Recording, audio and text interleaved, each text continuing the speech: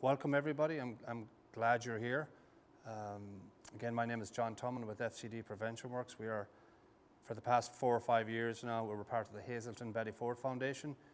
They're a lot bigger than we are. They are an organisation that treats addiction, and they incorporated us as an arm to prevent addiction, which is a lot easier. It is a lot easier to prevent this disease than it is to treat. This evening I would like to share with you some information that we as an organisation feel you parents need to know. In other words, as a parent recently in Europe said to me prior to the meeting, lack of information does not keep our kids healthy. And we've proven that when it comes to tobacco in the last 30 or 40 years. We know that educating young people and removing a lot of marketing works. It really does. You know, in other words, kids themselves internalize. It's not just that the parents say no, that the law says no. We know that when kids internalize their own health when it comes to this topic, it's a huge protective factor in their lives.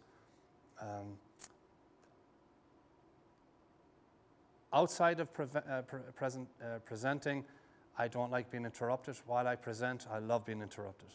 Please raise your hand at any time. Please interrupt me because I know this stuff. You're not going to put me off. You're not going to throw me off.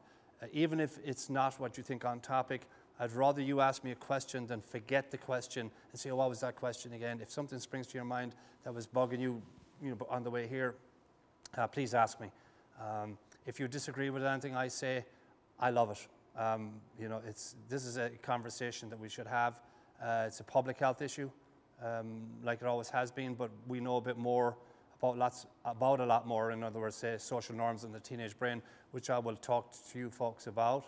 And I'll give you some statistics in a way that there's meaning behind it, right? And you may or may not be surprised by some of the data that's forthcoming. Today, I was with this senior school in an assembly for 20 minutes.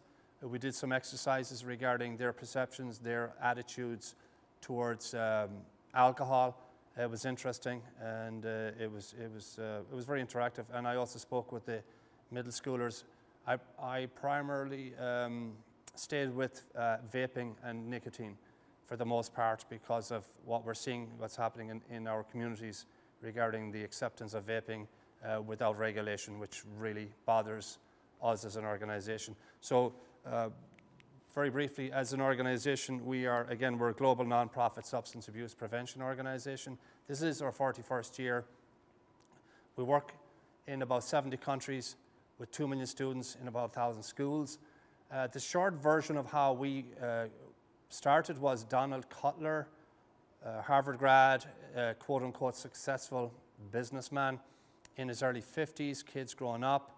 His wife said to him one day, Donald, there's a taxi outside the door. It's got a few of your bags in the back of the taxi.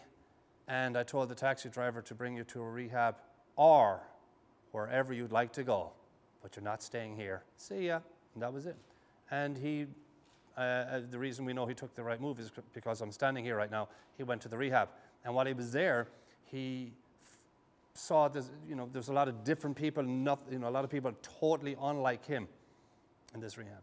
But after a few days, he recognized that even though a lot of people didn't look like him and had different backgrounds, everybody in the rehab, for the most part, had the same one thing in common, besides the fact that they were all suffering from addiction, and that was age of first use. They all started as teenagers.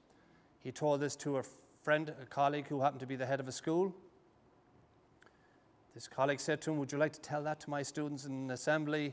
And that was when FCD was born. Everybody who works for our organisation in the field, that is, not in the office, around 25 of us, we're all in long-term healthy recovery from addiction. And as I spoke to the students this morning, I was diagnosed with alcoholism at the ripe old age of, anybody want to guess? 17, yeah. And I clearly, when I look back, I could have easily been diagnosed at 15. It was just that I was at the end of my wits at that stage, and I'd left school at 15. My father died from alcoholism when I was 19 and tobacco, and yet I saw my father drink very rarely. He was a binge drinker, and I saw him maybe drunk 5 times in my life. And of course, the significance of that, of course, is that alcoholics are not people who get drunk every day necessarily, or even every weekend for that point. It's what happens to them when they drink. There is a difference between a heavy drinker and an alcoholic. Most alcoholics would be a heavy drinker, but not every heavy drinker is an alcoholic. It is a disease of the brain, as much as gambling is, as much as other addictions are. And actually, why don't I just move on? And first of all, say that prevention, which is, as I said, easier to prevent than it is to treat. It's threefold. When we're talking about prevention, we're talking about nurturing protective factors in young people's lives. And what's a very important thing to do, of course, is we need to intervene on unhealthy behaviors. And sometimes that's just a comment. And we'll talk about that when it comes to social norms, you know. Or students might, say, for example, in a high school, or in a school, in a group gathering, might be just laughing and joking about something that negatively happened to somebody while they were drinking. You know, an intervention will be, you know, I heard that didn't sound like very healthy to me, or that sounded like a dangerous situation to me. You know, being aware of this as a health issue means that we're more likely to intervene in a healthy way. And so as an organization, everything we do is through the health perspective. It's not a moral judgment for us. It matters less where this organization is based. It doesn't have to be based in the United States. We work throughout the world, and our message is still the same. When we say the health perspective, we don't use terms like good or bad. It's always healthy and unhealthy. When I speak to, like, for example, a group of 11th graders recently, I said to them, it was a Monday morning, I said, look, if anybody here in this room was intoxicated over the weekend from alcohol or any other drug like marijuana, I said, you're not a bad kid. But however, we feel as an organization, you've made an unhealthy decision, and I'm worried about you, and let me explain why. And then we get into conversations with the students straight after that. So as parents, we don't tell parents what to do at all. And we don't tell parents to change their rules or regulations.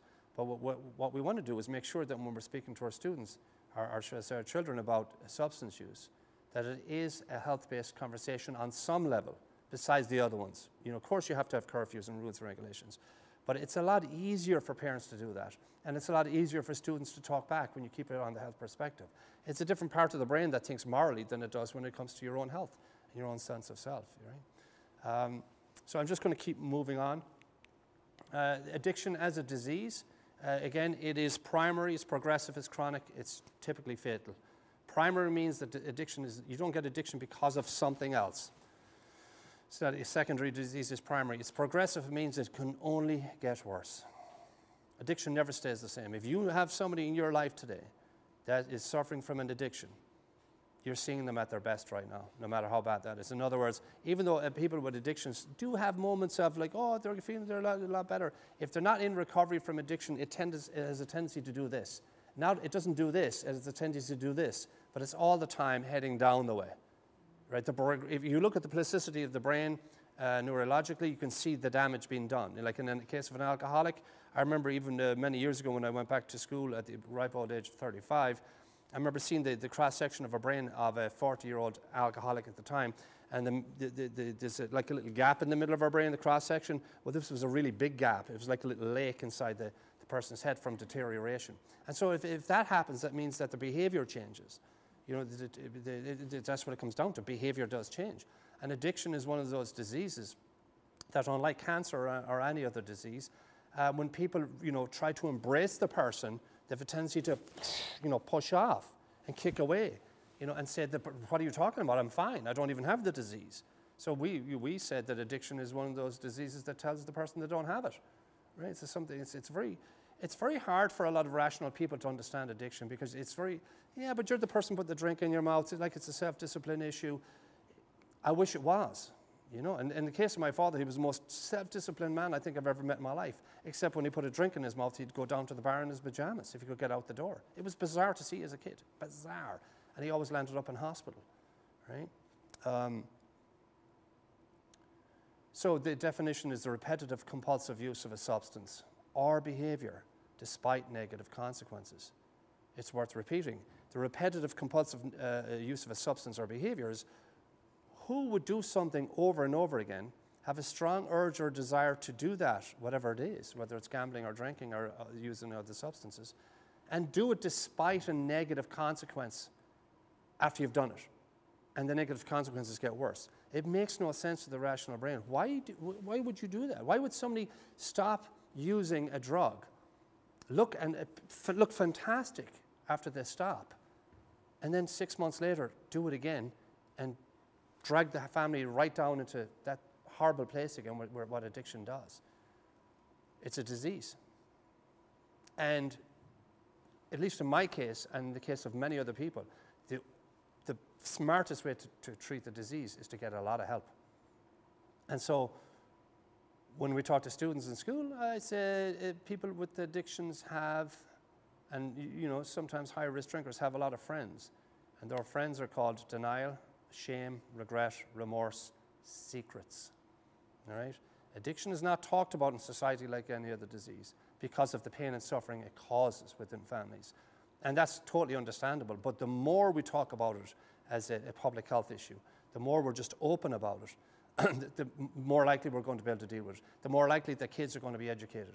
And the more likely we as adults are going to separate our kids from adults when it comes to substance use. We are not abolitionists. We do not say to students, do not drink, do not use any other drug.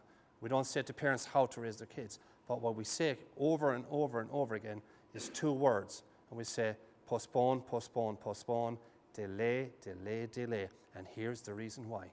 Your brain is not ready. It's not ready yet. In other words, the risk of addiction to a young brain is far higher than it is a fully developed brain. The risk for damage by one-time use is far higher, the teenage brain, than it is to the adult brain. And so as an organization, we see that. Everything we talk about is from research-based information. My opinions matter less tonight. Your opinions matter a lot to me. And I would like you again to, if I say anything that triggers a thought or a question, to interrupt me. Yes, please.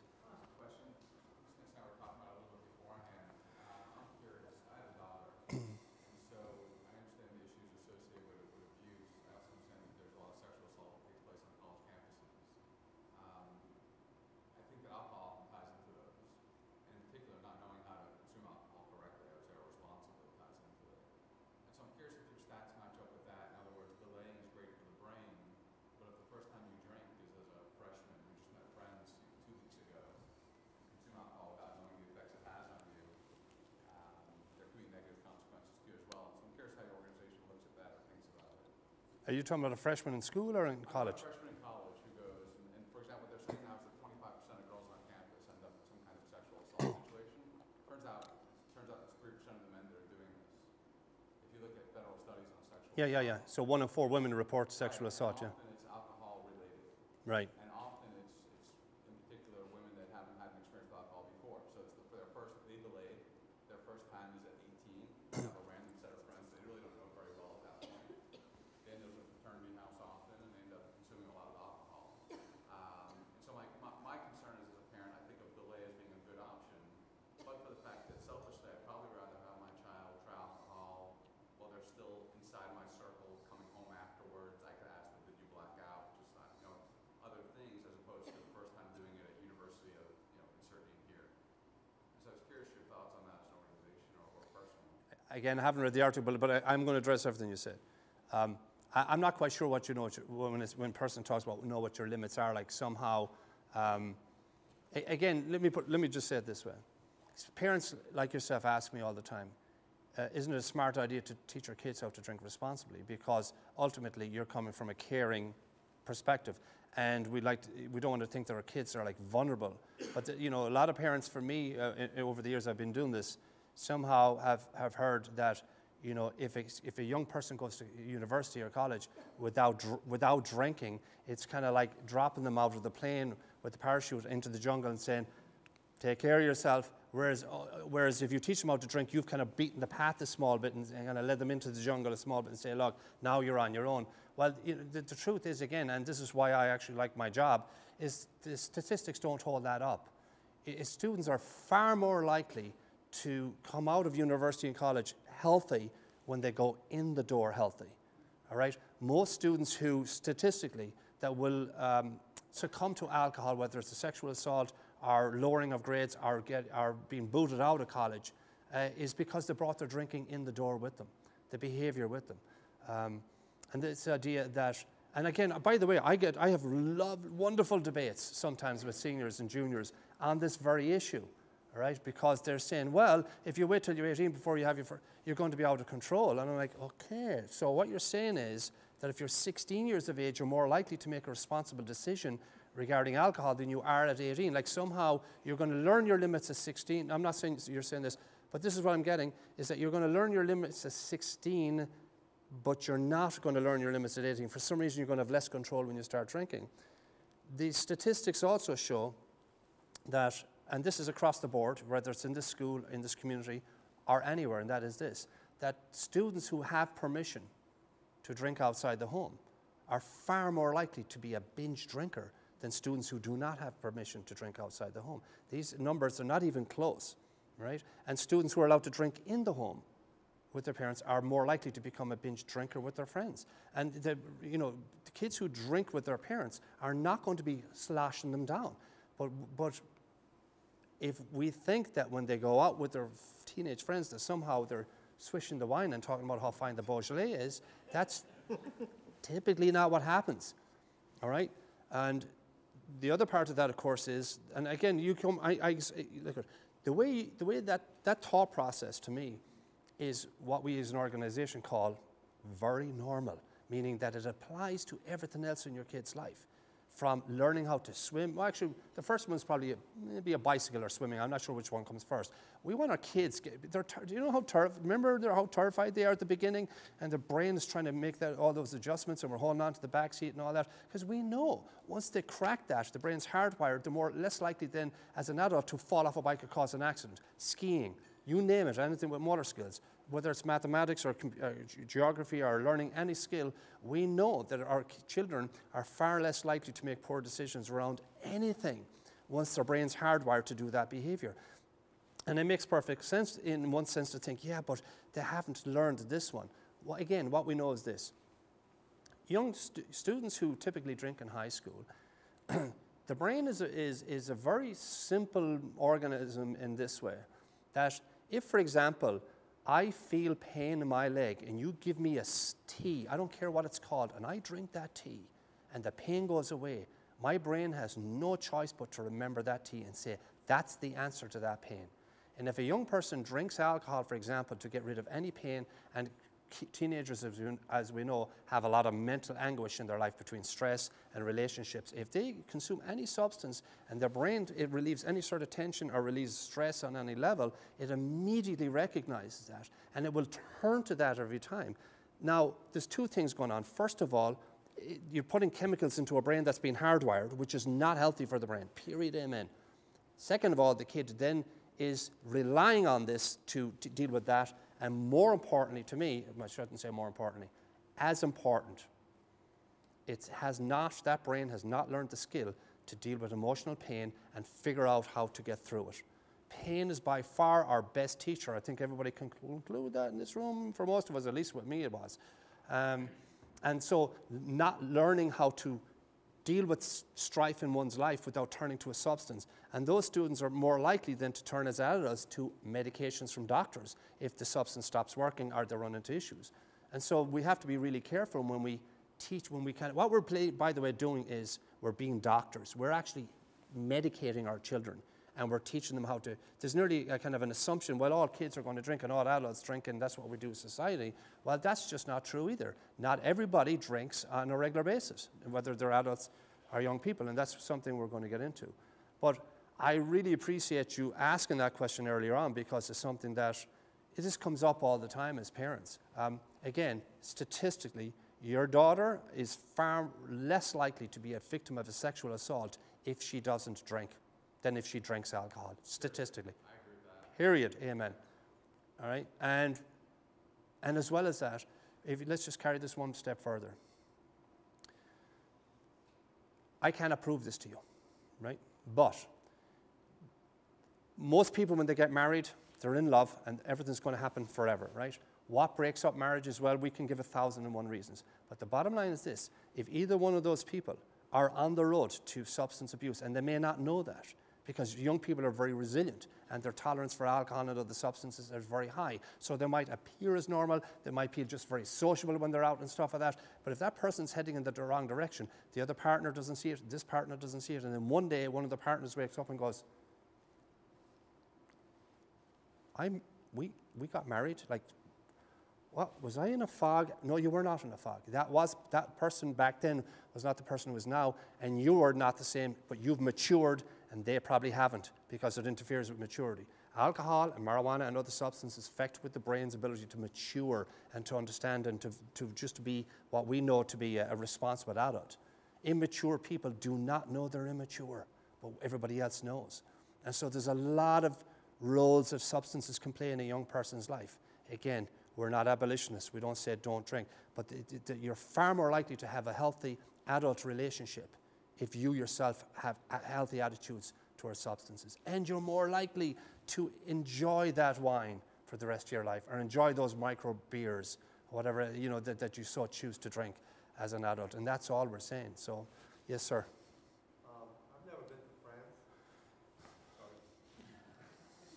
But scuttlebutt out there is that there's a much more lax attitude towards drinking wine at home, that children actually drink wine with their family during meals.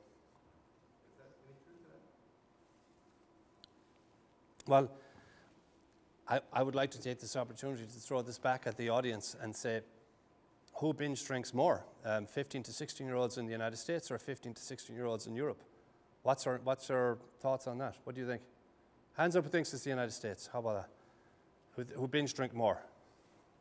1, 2, 3, 4, 5, 6, 7, 8, 9, 10. Do the rest think it's Europe? Or are you just being quiet? Hands up for Europe. 1, 2, 3. You guys can't vote. 1, 2. All right, you got inside information on this, so I hear. It's far higher in Europe. And not only is it far higher, because Europe is not a country, there's lots of different countries in Europe. France will be a lot higher than the United States in both marijuana and alcohol, which is an exception because typically the United States is higher use in, with marijuana and other substances. But France is an exception to that. But regarding alcohol use, there's one country lower than, well, there's actually two lower than the United States, and one is Iceland. And if that's not because it's floating out in the middle of the Atlantic, lost somewhere, they used to have the highest in Europe, the highest, and now it's the lowest because they did something about it, right? I don't want to spend too much time going into it. They did a lot of things to turn that around. And the other one I think is Kosovo, which is a primarily Muslim country, and I think that answers that question right there because it obviously works, you know, that ban on alcohol there for that reason. But I get this all the time, right, that somehow they teach your kids. And you picked actually on one of the two countries in the past 3 or 4 years, believe it or not, that have switched their drinking age from 16 to 18 because of 2 words. You know what those 2 words are? Teenage alcoholism, right? So what about the at-home drinking in France? Drinking at home with your parents? Yeah, but Does that go on?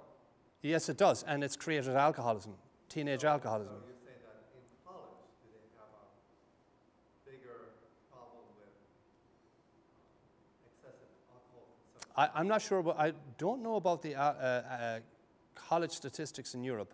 The one I gave you there about the higher, well, let me just say this. How about this? If we were looking at a trajectory, right, one would assume that if 15 to 16-year-olds are binge drinking and 2 countries have decided to change their laws to elevate that number up, those kids are going to, so those binge drinkers, if they do go to college, why would I think that they would stop the binge drinking if they even make it into university? So again, I don't know the numbers for that, but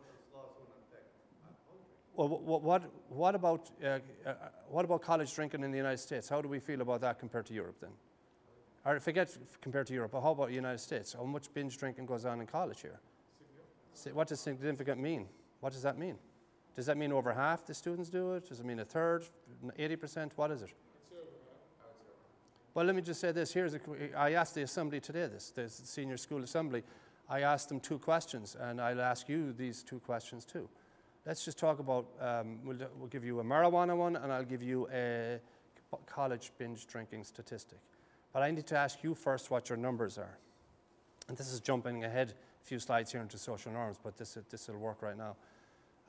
What percentage of college students in the United States get drunk twice a month or more? When I say drunk, they have at least 5 drinks in one evening. 5 beers or 5 glasses of wine or 5 shots of liquor, which all contain the same amount of alcohol, right? So a glass of beer has the same amount of alcohol as a glass of wine, as a shot of whiskey, 1.5 ounces that is. Having 5 or more drinks twice a month, what percentage of college students drink at that rate? So what I do is, before you give me a number, so you're not influencing each other, stick a number inside your head. I did this today with the senior school, all right? Don't worry about being right or wrong here. It's not an IQ test. If your number is 90% or above, raise your hand. 80% or above. Keep your hand up. 70% or above. Keep your hands up. 60%. 50% or above. Interesting. Keep your hands up. 40% or above. All right. Put your hands down. Who did not have their hand up? You're not allowed. Faculty. One person? The answer is 40%. 40, which means that everybody in this room were higher than the actual number. And here's the thing. When we're talking, by the way, that's okay. There's nothing to do with IQ here. But you know why this matters? It matters for this reason. When we're talking to our kids, if you think yourself that the majority of students in college are binge drinkers, when you're having conversations with your 12th grader, you're not saying things to them like, if you're not a binge drinker, you don't have to fit in when it goes to college because you're already in. You're in the majority. That does not mean we don't teach them how to avoid parties or what to do in the cases. If you do go to a party, will they see binge drinking? I'm sure they will. If they go to parties, they will. But I spoke before the meeting here. I had one of my clients say to me that a mother who was studying her master's here in the United States, being a really smart woman, she decided to wait till Friday night to go to the college library. Why did she do that? Because it was empty. Well, if it was empty, would I have heard that story? Of course not. That would be like, say, today is Monday. Well, what happened is, of course, she went to the library and it was jam-packed. And she was shocked enough to want to tell her friend, who happened to be my contact, who told me the story. And I said, happens all the time. She had this perception that she was going to outsmart the system by going to the college on Friday night, thinking that all kids are out at parties. And even the students who do go to parties, not the majority of students we know do not get hammered. They don't go binge drinking. So we know that, now 40%, by the way, is still way too high for me. But again, that's twice a month or more. If we increase that to 3 times a month, what happens to the 40? It goes down. If we said 4 times, in other words, once every weekend, that number goes down even further, which means that the vast majority of students in college do not get drunk every week. And I know that might, if you're pushing back on that, that's really okay.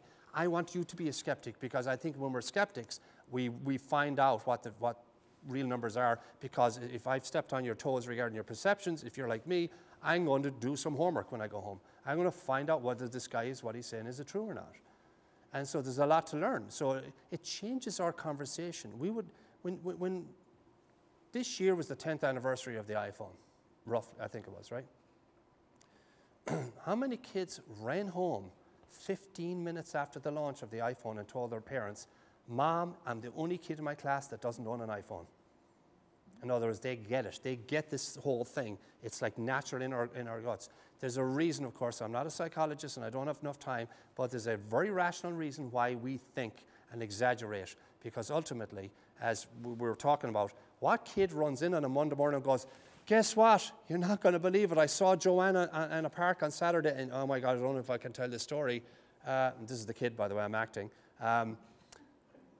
Okay, I better tell you. She was sitting on a park bench. It was Saturday, and she was reading Harry Potter and drinking orange juice, I swear to God. You know, if a kid told that story on a Monday morning, people would be going, cuckoo bird, you know, but it happens quite a lot. In other words, normal behavior is not talked about, but we as humans have it's in our interest to remember stories, especially if they're unhealthy, especially if they're dramatic, because what we want to do is protect ourselves, so those stories kind of stick in our head. If, for example, a student in this school got arrested 2 weeks ago for, say, belligerence, through alcohol use and happened to land in the newspaper. And then in 2 months' time, and say it happened 15 miles away, by the way, from the school, but there's still a student of Shady Hill Academy. And then 3 months later, a kid gets caught smoking marijuana further down towards Philly, that other city in the state. And it gets into the local newspaper, and there's a student at this school. All of a sudden, it's like, see, told you, the drug school, party school, you know, everybody, you know, just 2 kids in a matter of 2 months, and while there's a lot of healthy kids just doing a lot of wonderful things. So the social norms approach to this is very important. I think it's very important as institutions, as communities, that we find out what the real numbers are, and that changes our conversation towards our kids. All right? I have a granddaughter. She is 16 years of age since last Sunday. And so when she was in 8th grade, I talked to her about this. I said, Madison, I said, when you see somebody smoking a cigarette or marijuana or vaping or drinking alcohol, I didn't say, I don't make any assumptions. I said, if you're not doing any of these things, I want you to say these words to yourself. I'm in the majority. I said, I'm not asking you to judge these kids. She goes, no, Papa, I've already seen it, and they're just a bunch of idiots, she said to me anyway. She already had judged the kids she had seen doing it, and I'm like, I didn't say anything to her. I was kind of glad she thought that, because that's another protective factor for her. But more importantly to me was that she said these words to herself. I'm in the majority. I said, and that's not going to change in 9th grade, or 10th grade, or 11th, or 12th. She's in 10th grade right now, and I know she's a very healthy kid, and she's very okay in herself. More and more healthy kids are raising their hands in my classes, 11th graders and 12th graders, and sharing their point of view. And you know something, for the longest time, it was the users who had social control in schools. You know, they were the kids who were, it was just like you were a nerd if you didn't do this. And those days are turning. As a community, as a country, we're starting to talk about, by the way, a lot of issues that we were afraid to talk about for a long time. You know, I won't go into that right now, but I think you know what I'm talking about. All right? Harvey and co. But anyway. But seriously, I think there's a tide turning on a lot of levels. There's a lot of and I think that it's important, and especially with the opiate epidemic, when we say epidemic, not like a flu epidemic, but it's killing over 50,000 people a year. The point is this, is that we're willing now to talk about it. I mentioned today, actually, in a conversation to a couple of people, that there was a couple of mothers in Massachusetts. I'm nearly certain it was Massachusetts local newspapers, who, when their kids died from a heroin overdose, wrote in their obituary, heroin overdose. Because they had the courage to do that and to say, my kid is not going to be another statistic, and I'm afraid that somebody else might lose their kid. I'm telling you, this is what happened to my kid right here. Right? And so being able to openly just talk about this as a health issue is really important for us to keep our healthy kids healthy. Kids start off healthy.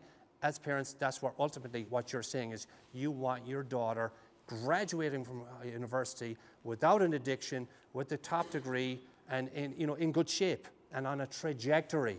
And that's what we're hoping for too, yes. So you said previously delay. Drugs, for example, or the majority of drugs. I have a hard time with delay versus don't do. Can you... What do you mean by that? What do you mean don't do? Like never touch, don't ever go, so is the message for us just try and delay by time until maturity sets in? Like previously when you mentioned delay, I'm trying to understand that a little more. Okay, so your 13-year-old wants to drive the car. You say, well, we have to wait till you're 16. But you don't say because I said so. Or you can, and you can also say because the law says so. You can do that. But you can say the reason is because we've deemed at this point in your life, your brain is not developed enough for you to be a responsible driver regarding your motor skills, your perception of death, whatever that is. I'm not quite sure how to explain it that way. But just we're talking to our kids about this is the reason why, right? We have you wait till 16 and a half. And when it comes to alcohol or use, it's in your interest, and because I love you and I care for you and I want you to be a healthy adult, if you're thinking about it, for example, it's in your interest to delay that use till, right? Now, that doesn't change your rules and regulations. You can say, you're not drinking till 21. The law says it. The school has its policies. We're not shifting any of those. This is in addition to. So the conversation, if it's health-based conversation, the kids start hearing you talk to them about health-based. You know, smoking causes lung cancer. That's a statistic, right? And, you know, in the sense, but having a conversation about smoking in general with your kids and just having a conversation from early age means that when they're talking about this as a health perspective, they internalize themselves, and it's a far bigger protective factor. Look, let me put it this way. Yeah, and I didn't do this today at the assembly. We didn't have enough time. This is what I said to, and you can post this. This would be a thing I would say to one of my grandkids, for example. If you're on the 13th floor of a hotel and the fire breaks out at 2 o'clock in the morning, the sirens go off. You look out the window, you see the red sirens, you run to the door because you hear people running up and down the hallway, and you initially just look out the door and there's 3 people running one way and one run the other way. The smoke out there, you slam the door and you're like, what do you do? And I pose that question sometimes to groups of kids in my class. What do you do? And kids are going to have different answers. But what's the answer I'm looking for? Does anybody know what the answer I'm looking for? On the back of every door. On the back of every door, there's a map that tells you where you are and where the exits are. And then if you know that prior, you don't have to rely on 3 people or 1 person. In fact, you might be even able to save people, because even though there's an exit right, you pass the exit right beside your elevator way down the hallway, you might not know there's an exit just there because you were never passed that way. It might be just past your door, but the map will tell you that. And so when we talk to them, for example, about marijuana, it affects memory loss, motivation, maturity, motor skills, and a long-term study affected IQ. When kids hear these conversations and you talk to them about that, it kind of counters it's organic and it cures cancer that the kid might say to you, which, by the way, is okay when they say to you, meaning this, we don't shut them down. We go, really? And we keep the conversation going. We kind of unearth where they got their information from, and you find out what the right information is, and then we have to kind of trust our kids, right? That you just keep giving them this information all the time. When your kid is healthy, kids want to be healthy. They want to stay healthy. They typically use marijuana, for example, and vaping because other people have reduced the risks associated with these substances. And when we reduce risk, we know that use goes up. So when, for example, when it comes to legalization of marijuana, it's not necessarily that all of a sudden there's a whole load of marijuana for the students to have access to. It's a case of legalization has reduced the risk inside their brains. Well, if it was bad for you, why would you legalize it? And everything adults do when it comes to making laws are all just, aren't they? I rest my case. Of course they're not. You know, laws are based on a lot of politics for a lot of times, you know, and so, you know, and by the way, you know, the legalization of marijuana does take care of certain issues, like, you know, criminalization and stuff like that, but as an organization, we worry more, not because legalization is not an interest of ours, only if it affects the amount of students who are using marijuana. And if the student use goes up, I'm not for legalization. If it went down, I'd be all for it. You know, it's really got to do with the health perspective again. It's not legal or illegal or moral or not to us. It's got to do with how does this affect our young kids. And so the bottom line is this, and I'll make these statements openly in a class. I don't care if I'm in Dubai or in Shady Hill Academy. A 15-year-old with a joint in their hand is completely different than a 25-year-old with a joint in their hand. Whether it's the death penalty for smoking marijuana or whether it's legal, there's a big difference between a 15-year-old and a 25-year-old. There's a big difference between a 15-year-old with a drink in their hand and a 25-year-old with a drink in hand. This is not an opinion. It's completely open science. It's been around for a while, but we know more about that. So that's when we're talking about delaying the use, giving them reasons. 17% less risk for addiction when a 15-year-old waits till they're 16. 17% when a 16-year-old waits till they're 17. Less risk for addiction. And you can go all the way up to 21. So every year they postpone and delay, they have less risk of addiction, and they're more likely, if they do want to use, to enjoy that substance for the rest of their life. Most people drink responsibly. They hear that statement from me. Most adults drink responsibly. I want you to be one of them. And, by the way, if you are sitting here and you know a parent who has a kid suffering from addiction, I urge you to spend some time talking about them. You would sell your house in the morning to prevent that from happening. You do not want to know about addiction inside your own home. You do not. And it changes the course out of everybody's life and splits up a lot of couples, marriages, creates a lot of unhealthy situations, dysfunction in the house, bullying, intimidation, lies, threats, the whole lot, depending on what the addiction is. So really what we're trying to avoid here is just a lot of, you know, pain and suffering down the road. Yes, sir. So an interesting stat that I haven't heard before. I always thought of addiction as being a genetic component oftentimes. And so that it's not the case that every year you wait makes it less likely that your genetics are going to play a role in that? Absolutely. Let me just say this, regardless whether the genetics there or not, but I want you to just, let's look at that, let's turn that upside down and say this. If a student drinks at 15 and there's no genetic predisposition, they're at a far higher risk for addiction than they wait till they're 21. Now you add to that a kid who, by the way, has a genetic predisposition who drinks at 15. Now you're exploding basically the risk of addiction. So again, regardless of whether that's there or not, I haven't even gone through them very quickly. Family history, up here. It's roughly about 50-50, genetic and environmental, right? So you can talk about adopted kids here. Family, no drinking, predisposition to alcohol. Family, a lot of use, but adopted kid might have no genetic predisposition, which, by the way, in adoptions, probably unlikely, because we know that adoptions, alcoholism and drug addiction actually causes, among other things, adoptions to begin with. So addiction runs in families, and this is what we taught to middle school students, and also upper school, but this is where we primarily start this conversation.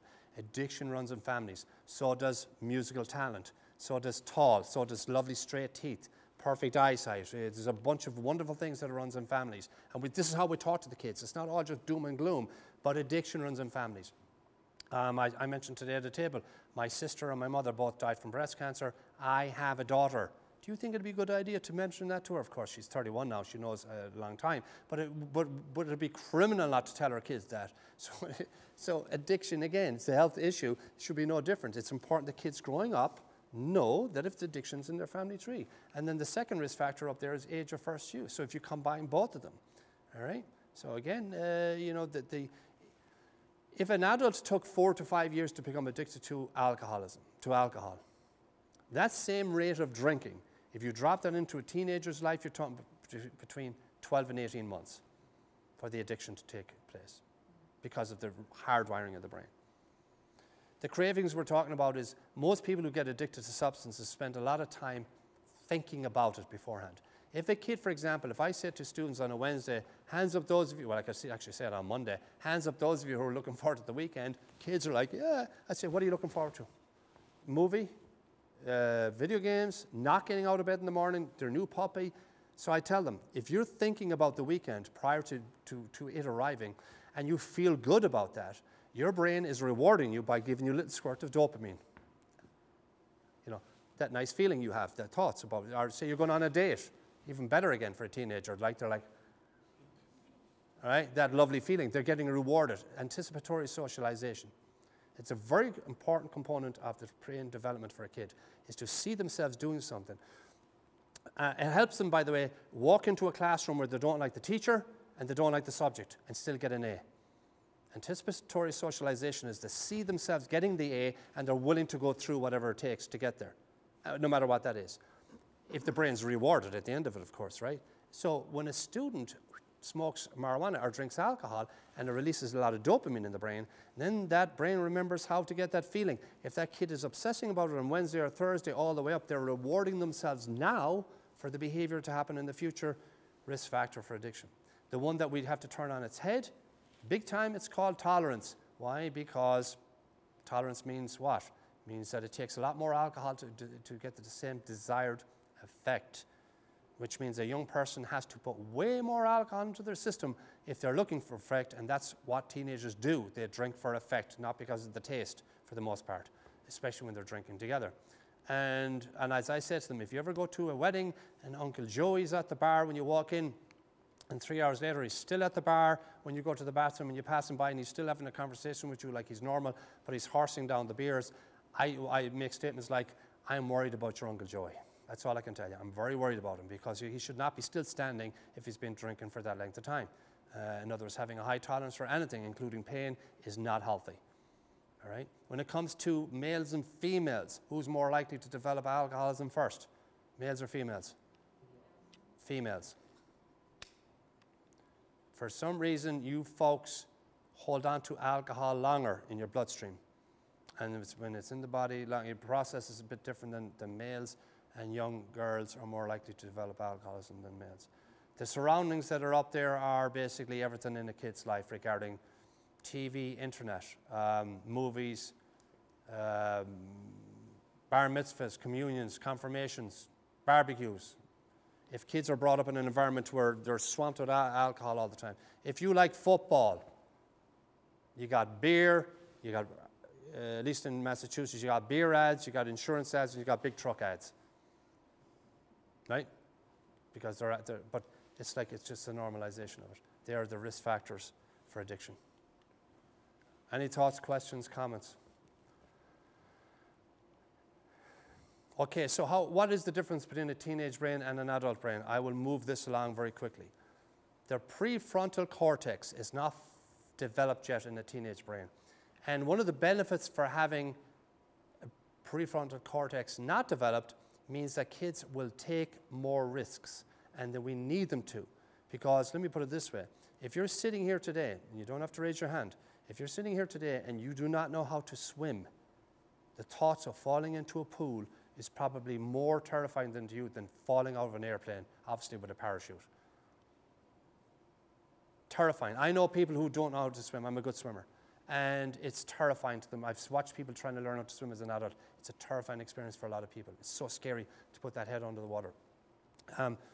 Why am I saying that? Is because when kids learning how to ride bicycles and we want them to take risks, they don't process like we do. They don't have all the don't do this stuff when they get an idea. So in other words, the part of the brain that holds the impulse of little nugget that drives impulse is slightly bigger in a teenager than it is in an adult. So the drive forward is a lot stronger when they get an idea to do something. But the prefrontal cortex, which says, don't do it for all these multiple reasons, is not there. So there's not really a braking system.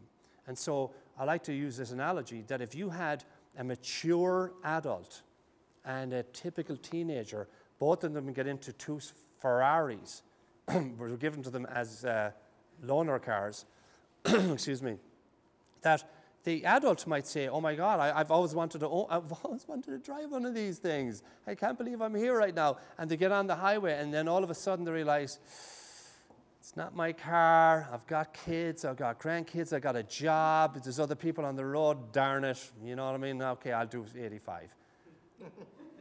The teenager sees the color of the car, the accelerator, and the fact that it does 250 miles an hour, and it's like, and all of a sudden it's like, let's go. And so a teenage brain is kind of, by the way, especially when they start looking like us, you know, at 15, 16, 17, when they got the beard, how you doing, Dad? You know what I mean? And they start looking like us as, you know, we kind of think, well, should we now start treating them as such? Well, the teenage brain is basically like a regular looking car, except that if you look under the hood, it's got a rocket fuel injected engine, and it has the brakes of a bicycle. Teenage brain right there. And so in other words, if you've got more than one child, you probably can concur that both of those kids are typically not the same. You might say to your 17-year-old, here's the keys of the Rolls Royce, go and enjoy the movie, and to the 19-year-old, get your hands off my bicycle. Right? In other words, we have to be the prefrontal cortex of our kids until such time they start behaving in a way that says you're good to go. And that's what it comes down to. And the last thing these prefrontal cortexes, or lack thereof, impulsive brains really need is a substance that, by the way, the first thing that it does, it changes their decision-making process and affects their judgment. Another reason why putting alcohol into a teenage brain. So we want them to make responsible decisions about their own drinking after they've been drinking. And so that's the kind of part I think that we leave out when we talk about kids finding their limits. Because ultimately, the decision to do something is very rational, that's completely irrational sometimes when people are sober. Any questions on that? I just want to make sure I cover. We spent a lot of time today, here's a very quick tutorial on e-cigarettes, right?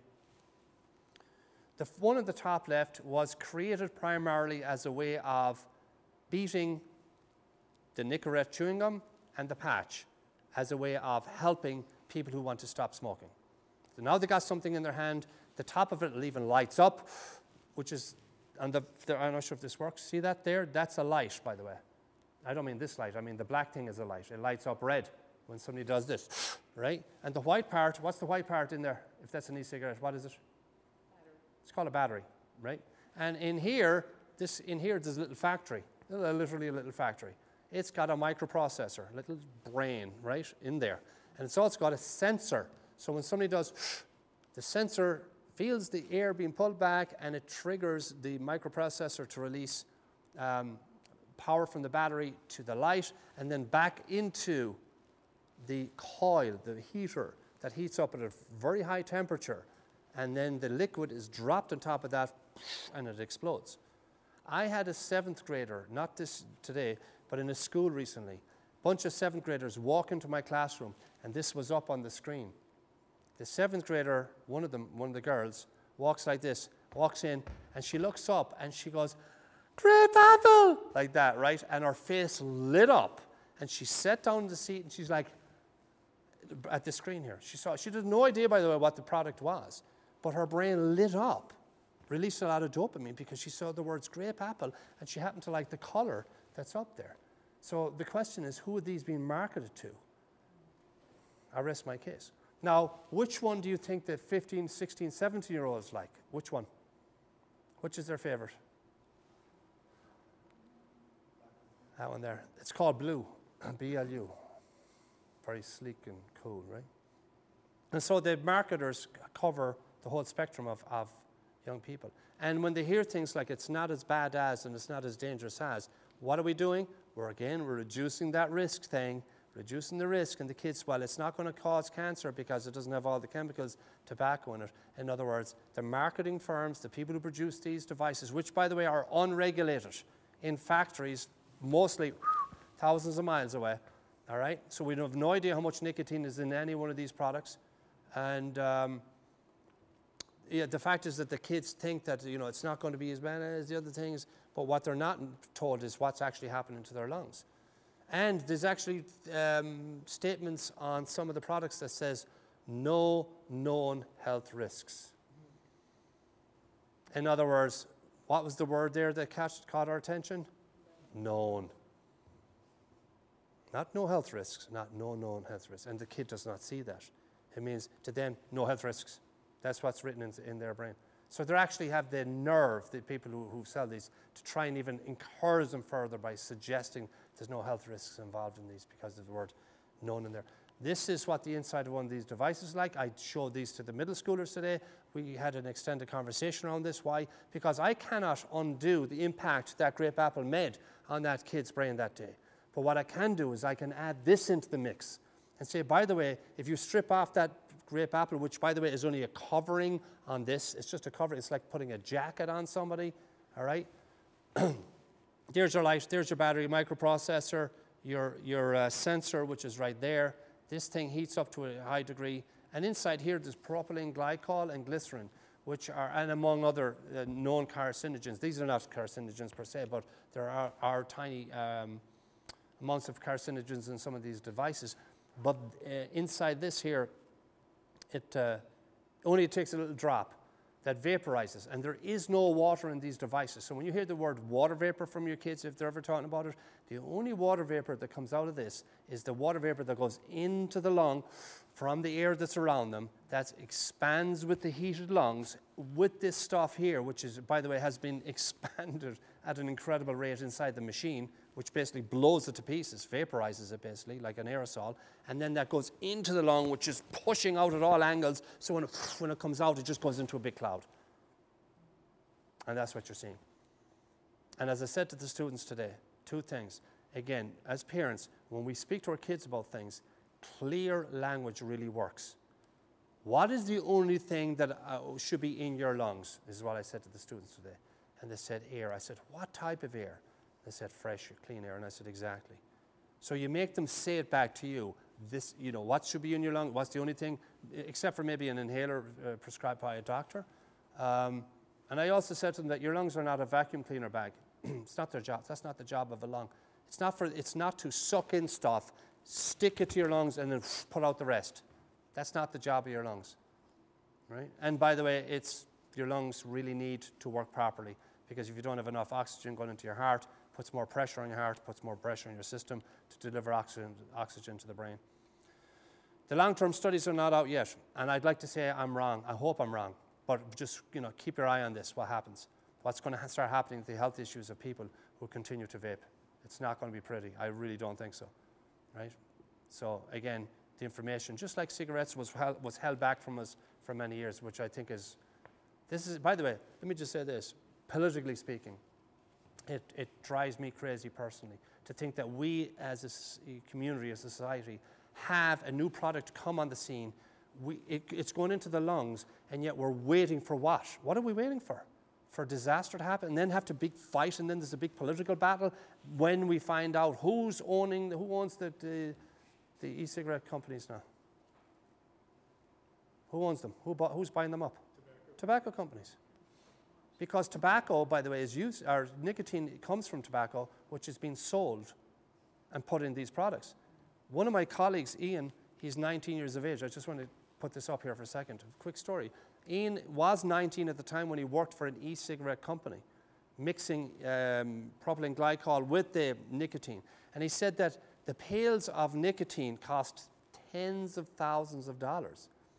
And he also said that when he took the job on, he said his boss said to him, now Ian, before you touch anything, you put 3 pairs of latex gloves on you. Not 1, 3, because you do not want to get a splash of nicotine because it's highly toxic, because it's an insecticide too, by the way. And it's highly potent, right? Because the amount of nicotine that it takes to satisfy a smoker is roughly about 1,000th of a gram. And so he, of course, didn't put on 3 pairs of gloves because Ian was a big, strong man, and he put on 1 pair. And he got a splash on his hand, and it just burned straight through the rubber onto his skin, and he screams, and he starts trying to rub it off, and his boss came over and called him an idiot. Remember, he told me this story. He grabs him by the hand under the faucet, lots of water, get this stuff off. His heart was like doing that in his chest. In seconds, nicotine straight into his system, into his bloodstream, and like an overdose of nicotine. And he's like, and he said he was scared for about 15 minutes. I nearly swore there, by the way. You got that, right? Yeah. John, can I just note that... Yeah, 5 minutes left. We know that at Shady Side that vaping is definitely a thing, but our kids wildly overestimate use. So at the middle school today... At the middle school today, yes, I asked the students, what percentage of 8th graders have used vaping in the past 30 days in the country? And I said, raise your hand when I hit your number. And I went 90% or above, 80% or above, 70%. And when I got to 70%, there was a lot of kids with their hands up. 60%, lots and lots of kids. Now, I made a mistake, and I gave them a cigarette statistic at 3.6%. The answer actually was 9.5%. So just under 10% of 8th graders in this country have used some sort of vaping device in the past 30 days. However, the vast majority of students in the assembly today thought that the majority of 8th graders in the United States have used a device in the last 30 days. Why is this important? Again, we're keeping healthy kids healthy. So in other words, we all know, all the adults in the room watching these 7th and 8th graders were very aware of the fact that the vast majority of these students had not used vaping in the past 30 days, but there was a lot of healthy kids in this group who did not know that about themselves. And this is why it's very important to really regurgitate this information back to them and say, when you see this behavior, remember, if you're not doing it, you are in the majority. You remember, you're not talking about these kids, you're talking about these kids, the healthy kids. You're not passing judgment on these kids, you're telling them a statistic. And you're telling them that, by the way, you're the person making a healthy choice here. Are those the same devices that are used for liquid marijuana? Absolutely. So, by the way, the device I showed you there was one of the first e-cigarettes. The devices you see out now, they just come in all different shapes and sizes. I don't even want to promote by naming them right now. But that's not what our kids are using. No. They don't look like that. The device of choice here, for the most part, are Juuls. Yep. Yeah. Yep. J-U-U-L. It still processes and vaporizes the nicotine. And in different devices, you can put anything in there that's obviously combustible. And so that marijuana juice or, actually anything can be put in there. And they're trying to do it with alcohol too, by the way. Sorry. Yeah. This bit. No, keep So coming, yeah. The synthetic or liquid marijuana, are those things that can be bought in states where marijuana is legal, like in Colorado or, a number of other states that are, can you buy that legally, or is it like the typical marijuana? In London, or in England a few years ago, there was 60 deaths in 1 year from synthetic marijuana, overdose and death. And by the way, this is like over 2 or 3 days where the kid is just brain dead. And the mother took a photograph of her kid and put it on a huge poster in the middle of her town and said, kids don't use drugs, drugs use kids. Her way of saying, this is what synthetic marijuana did to me and my family and to my son, who's now gone at this stage of the game. And so synthetic drugs, which can be purchased online from a lot of different countries, and they keep changing the ingredients of these synthetic drugs, so therefore they're not actually, believe it or not, breaking the law, because there's no law against the drug if it's not being regulated, right? And by description. And kids are, and by the way, they've got these wonderful names, I don't know, you can make up any name, there's probably a drug out there. And so kids who think they're circumventing the system are putting their lives in danger when it comes to that. So I just want to jump on top of that. I know you didn't intend to when you said in synthetic, you meant something else, but just to say that again, synthetic drugs are seriously dangerous drugs whatsoever, Yes, I mean with marijuana, by the way, let me just say this, marijuana changes the course out of more kids' lives in this country than any other illegal drug, or any drug, should I say, other than alcohol, right? It puts more kids into rehab. So what's this list up here? I asked the students 2 questions today. When is it okay to give, this is the senior assembly, when is it okay to give a person a drink if you were an adult? What age? And so I had them start at, I said, do you think, hands up those of you who think that 8 years of age is not okay? And I did that to make it easy because just about every kid put up, every student put up their hand to think it's not okay to give an 8-year-old a drink. And then I said 9 years of age, 10, 11, 12, 13, 14, 15, 16, 17, 18. And of course, hands start dropping. Our kids started sitting down. In other words, kids, the young people think it's okay to start giving people alcohol at 15, 16, 17, 18. And that tells us how they're thinking, right? That tells us exactly how they're feeling, regardless of what survey you take. This is here live and right in front of us. And the second question I had was this. If you had a friend now, live in your life, who consumed alcohol enough for you to be worried about their alcohol use, how many times a month would they have to get drunk before you would be worried enough to want to say something? And again, I started off what I hopefully was a high number, so they could all agree with me. I said, hands up those of you who would be worried about your friend if they got intoxicated 8 times a month. In other words, having at least 5 beers in one evening. That's intoxication. I didn't say it today, but I do say it to students quite often, that if, by the way, if you know somebody who drinks 5 drinks and they don't get intoxicated, I'm very worried about that person. That's not a first-time drinker, and that person has a very high tolerance, and that's very worrisome. But anyway, get back to the point. So I said to them, if you're worried at 8 times a month, stand up. And so the kids stood up. And then I said, sit down when you stop being worried. 7 times a month, 6 times a month, 5 times a month, practically nobody moved. And then when you go to 4 times a month, students started sitting down. 3 times a month, more. And then at 1 time a month, what this statement says is this. There was about, 10, 15 kids standing up saying that they were worried about their friend if they got drunk 1 time a month or more. And I said out loud to the assembly, let me just say this about these kids here, just so that we're all on the same page. These students are saying that if you are their friend and you get drunk once or more a month, they are worried about you. Because I wanted to make sure that these kids felt very okay about themselves standing up and making the statement and not feeling the peer pressure to sit down because most people were. So why am I telling you all this? I told you all that to show you this. Because these statistics come from a certain amount of alcohol use.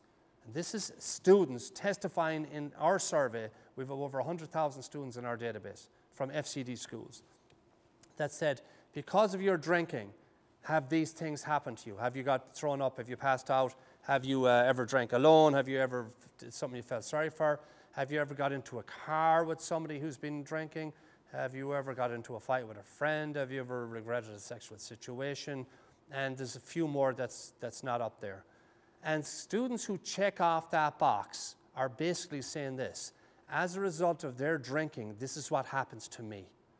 Over the course of a year, if a student drinks, gets drunk, has 5 or more drinks in one evening or more, they enter this statistic here.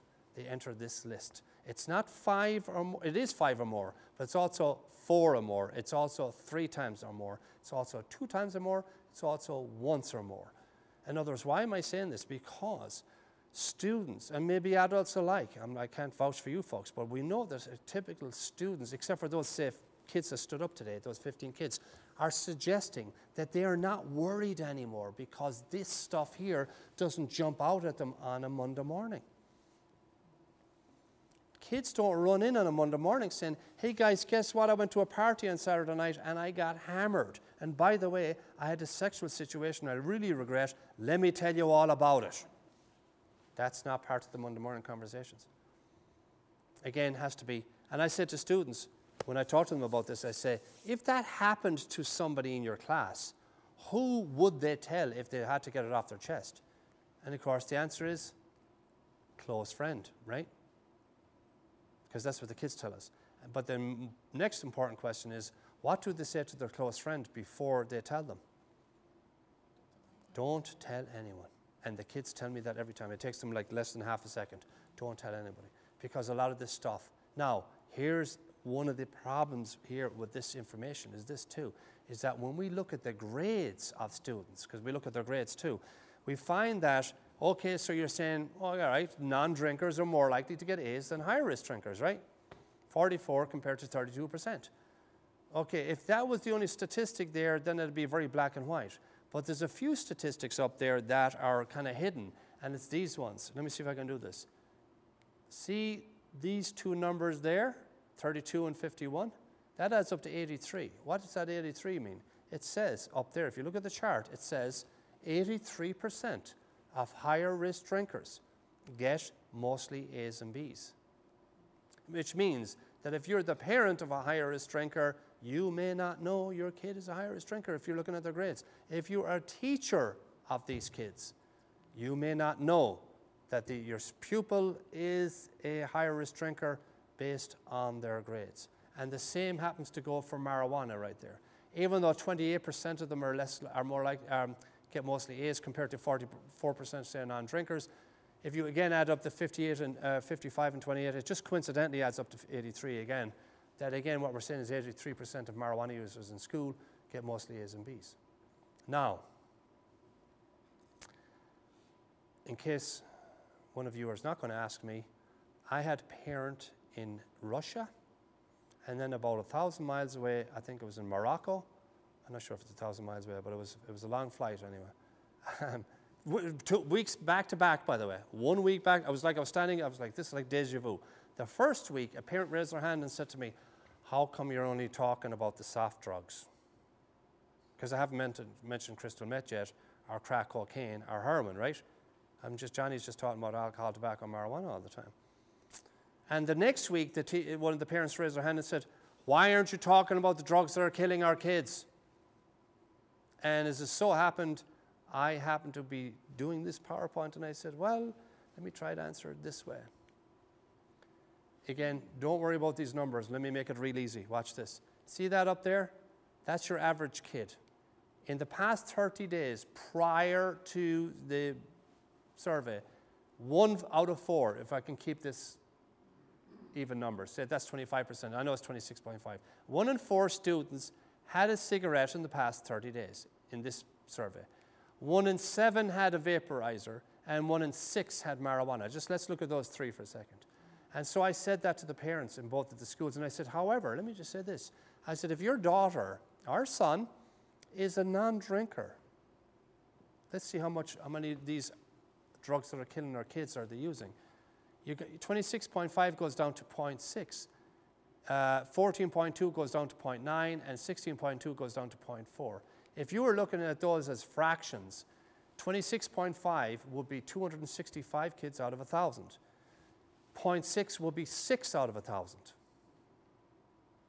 if they're a non-drinker. 0.9 is 9 out of 1,000. 0.4 is 4 out of 1,000, or 1 over 250. In other words, Now let's jump over here. And I said, if your daughter or son uses 5 or more drinks at least once in the past 30 days, in other words, is a higher risk drinker, this is the amount of other substances that they are using.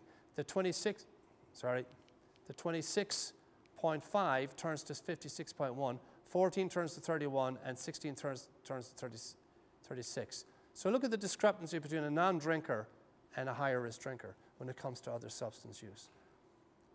In an assembly, I didn't do it today, I would typically ask students, hands up those of you who know a marijuana smoker.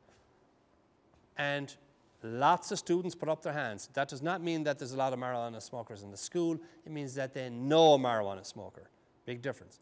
And I say, okay, keep your hands up if you know that they definitely do not drink alcohol. What happens to the hands? They drop like stones. And you might have 1 or 2 students who go, yeah, I know a person who smokes marijuana, doesn't drink alcohol. Okay, how many? 1, 2, 3? In a huge assembly. There's a huge correlation. Now remember, we talked about the negative consequences from alcohol use, we talked about grades, and now we're talking about all of the substance use. So the drug that we want them to postpone and delay, which most adults drink responsibly, has a huge effect on teenagers' lives in many different ways that we don't maybe know because we don't see it on a daily basis. This is why evidence-based information research works. So I can stand here and say these statistics, even though if we say move around the country and take independent schools or boarding schools or international schools, these numbers will be different, but they're relatively no different. There's a huge discrepancy between substance use if the kid is a non-drinker compared to those who are average compared to those who are higher risk drinkers. I hope I haven't depressed a lot of people here because anyway, this is a lot of information for you to swallow in one setting. The social norms approach is a way of keeping our healthy kids healthy. Being informed as parents is very empowering.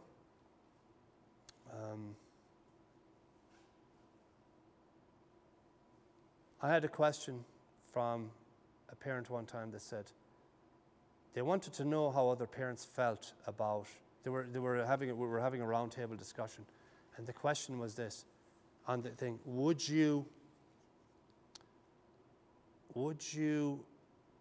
tell your child's friend's parents if you heard that your child's friend was using a substance? This parent wanted to know how these other parents answered that question. I turned around and asked the same parent, what did you think? Before we start asking other people their business, basically, is what the guy wanted to know. I said, well, what would you do? And of course, he didn't expect that question. He goes, oh, no. He said, well, that's none of my business. It's not my kid. But he still wanted to know what those other people thought. And as it turns out, the other people, I could already tell that I knew what they were thinking. But I turned around and said, okay, let me just say this, before we find out what they said. And by the way, you don't have to answer that question. That's your business if you want to tell them or not. Your kid is the kid that's using a substance. Would you like that parent who's heard from her kid that your kid is using, would you like them to tell you, I kid you not, his face went white. He went, oh man, I had never even considered that this would be the scenario. And I will, total respect for the man, he actually turned around and went, I actually never thought about it that way. And now he said, I would want to know. But most parents maybe are reluctant to go, you know, my daughter or my son, or I heard that your daughter is, because you don't as a parent, man, maybe you want to push. But the point is this, as a community, I think it's really important that we know how we feel about our kids using. So, for example, if your kid goes to a party in somebody else's house, I think it's really important that you know what the policies are in that house regarding consumption. And if you don't know, your child is at risk. That's not me. That's just, again, statistic. It's not a judgment of you. Your kid's at risk if you don't know what the policies are for the kids. And if it's an issue, to call somebody and ask those questions. I'd like to talk to you about alcohol. I'd like to talk to you about marijuana. I just want to know, because this is how we feel as a family about our daughter, and we want to make sure that wherever she goes, she feels safe and in a healthy environment. If you have an issue, to make those calls to anybody, guess what? You've got an issue. That's all I can tell you. And of course, what's really important to say is this, and not that you don't know this already, but our children are not necessarily our friends. You know, I was fortunate enough to raise 4 stepchildren, and my eldest, Kerry, couldn't wait to tell me how much she hated my guts when she was a teenager, and how much I wasn't her father, and I already destroyed 1 life and 1 marriage, and now I'm back on number 2 or whatever. I wasn't married to her mother, but it was like I got a lot of dirt thrown at me a lot of times, especially when it was like, fine, that's fair enough, but you're not doing that. It's all right. She ended up, by the way, getting a full scholarship to Providence College, and everything worked out in the end. But here's the good news if you're raising teenagers. They have this incredible eraser inside their brain that just removes a lot of memories. It's bizarre. And let me show you how. She comes home from college one day, and my 2 boys, her brothers, were having problems in school. You know, not too bad, but behaviors and stuff like that. And we were talking about it. And she was like furious at their behavior. It was funny. And now she's got 3 siblings, right? So she's walking out the door. It was like something you'd see in a movie. And she's literally walking towards the door, and she goes, I was never like that. And she's like this at the door, and she's waiting for me to go, yeah. And I didn't say a word. I'm like, what? In my head. And she turns around, she goes, well, was I? And I said, do you want me to tell you? And she's kind of smiling. I said, you were worse than the 3 of them put together. That's what I said to her. And both of us laughed. And I thought, that's amazing. It was a nightmare. I met her when she was 13, and she's gay, and she hasn't come out of the closet till she goes to college. The poor kid and her father, please don't talk to me. But she was very focused on her basketball, and she got a full scholarship. But it was like a dark cloud in our house for 3 years, and she was clueless when she went to college. She became, she's a wonderful mother today, and has a fantastic job for the federal government. Everything's worked out fine. But the point is this: I remember the time thinking, "What am I doing here? Oh my God, did I sign up for this business here?" But you know something? Again, it's worth it. Our children don't have a second chance at teenage life. This is a one-shot deal: brain development, fundamentals, sticking with it all the way through, and then when they take off, it's just wonderful. And I have 13 grandchildren, 10 of them within 1 mile of my house, and I'm testimony to say I live in paradise, and I can't wait to go back and see them tomorrow night, by the way. But seriously, it's all worth it. Keeping our healthy kids healthy and getting them up over that hump, and just having conversations with them, being open, being honest. And when your kid says to you, Dad, you know nothing. Marijuana cures cancer, and it's organic. If you're having that conversation during dinner, which is a good time to have it, and when those kind of statements come out, what we suggest is you put as much food into your mouth as possible so that you can't answer. Give yourself a break, because in 2 weeks' time, you want them to come out with some other crazy statement. In other words, we want our kids to keep this conversation going, and then we can address the issue and say, well, really, can you Google that for us? I want to see that. What website? Oh, marijuana is the best drug ever to hit man.com. Yeah, we need to shift into a different... I had a kid, by the way, who swore to me, like, he says, it cures cancer. I said, how do you know that? This is in a class. He goes, it's on the web, internet. I says, the kid brought in a copy. He photocopied or printed out the web, and I forget the name of the website. Oh my God, I did everything to, keep a straight face. And the stories around the story were like, the Martians had landed last week, and a mink coat came alive in Ethical. It was just one of those really bizarre websites with conspiracy theories. The government finally admits that marijuana cures cancer. That's all he saw. right? And so again, I said, oh, well, I said, let's look at all these other stories here, and I had to kind of break it gently to them that this would not be necessarily holed up in scientific community, you know what I mean? And we want to make sure that we have a lot of viable sources, you know, kind of educate them that way. But it's just funny. And the teenagers, by the way, they're so right. But the hardwiring can stop them from moving ahead. So engaging them in conversation, sometimes they kind of have these mental blocks, and they go, I just can't explain. See, they see it, but they can't. It's because the brain's not hardwired. It's like a simple kind of little thing, and that's why we're clueless, by the way. We just don't get it. How are we doing? Are we good? Folks, listen, I'm going to hang about afterwards for any personal conversations or questions for a few minutes. Really thank you, folks, for coming. There's a slide that I haven't showed you, and I'm just going to skip to it.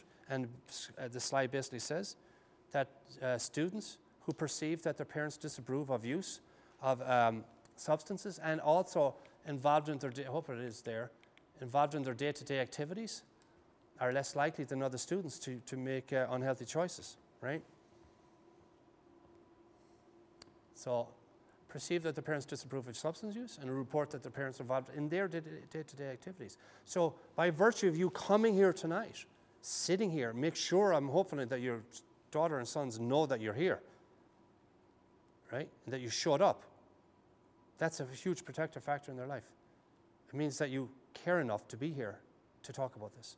And hopefully you might be able to drag some of this back with you. This again is being recorded. I'm leaving this PowerPoint.